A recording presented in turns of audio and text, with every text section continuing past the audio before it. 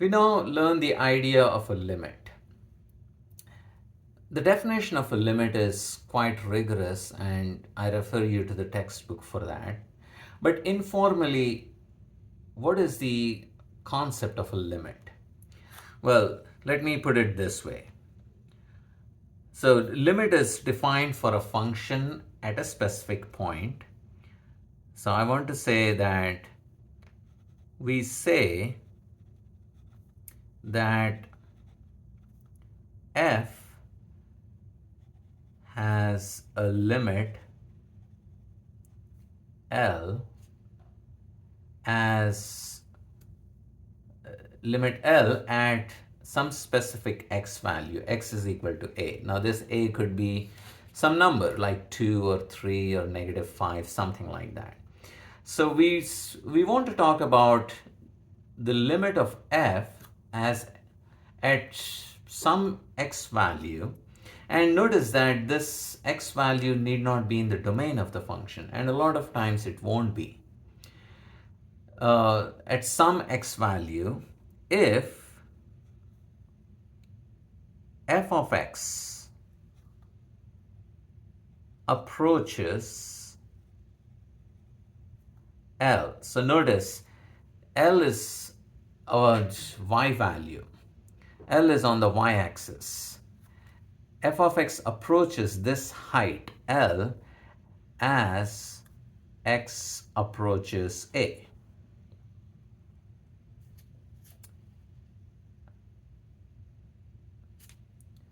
So in other words, if I have a graph of a function, and that function need not be a nice continuous function, it could be a piecewise function that might look something like this, where there's a hole at a, and let's say this point is something,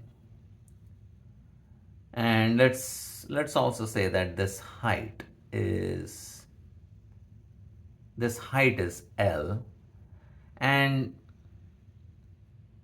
so this is the graph of my function. It's coming from infinity, coming from negative infinity, and then it's going this way, and then it takes a sudden jump and then comes back to the old location. So there is a hole at this point A. Now, so this is the graph of a function f of x. And notice what do we mean by x approaches a? So if I try to plug some x value, which is not a, it does not have to be a. So say if I plug this value, then where does f of x, what's the f of x corresponding to that point? Well, it's going to be this. So it's this height. And notice, if I approach a means I'm getting closer and closer to a, then the points on the graph are getting closer and closer to this point. Or in other words, the height, so this was my first point and that was my first height. This is the second point, that's the second height. And if I get closer to A, then you can see that the height is getting closer and closer to L. Now, similarly, if I start on the right side, so if I start somewhere here, then the height is somewhat this much. And you can see, if you move closer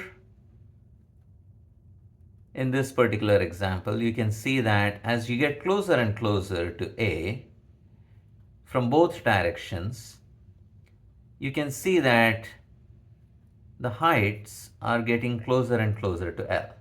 Now notice f of A is something else. It's not L. It is somewhere. And in fact, it may not even be, in this case it's defined, but in general, it need not even be defined. We say that the limit of this function, the limit of function f at x equal to a is L. And the way we write is this. We say limit x approaches a of f of x is equal to L.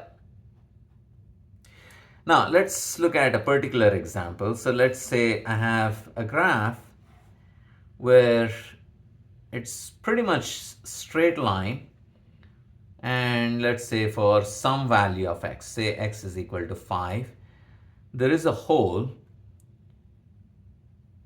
but before that, let's say this point on the y-axis is 3. So I'm thinking something like this: 1, 2, 3, 4, 5, 1, 2, and 3. And then you can see that if you approach from the left, you are moving on this part of the graph. So if you plug x equal to 4, you get this height. And if you get closer and closer to 5 from the left, then you're getting closer and closer to this hole, which means the height is getting closer and closer to 3. And similarly, if you approach from, let's say, 6, at first if you are at 6, then the height is somewhat more than 3. But as you get closer and closer, then you can see that the height is getting closer and closer to 3. So if this is the graph of f of x, then I want to say limit x approaches 5. So you can see that we are approaching 5 from both directions, from the left and from the right.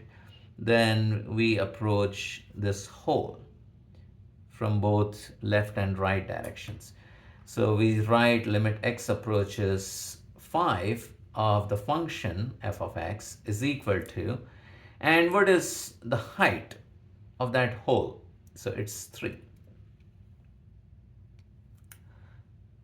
And so this is the idea of limit.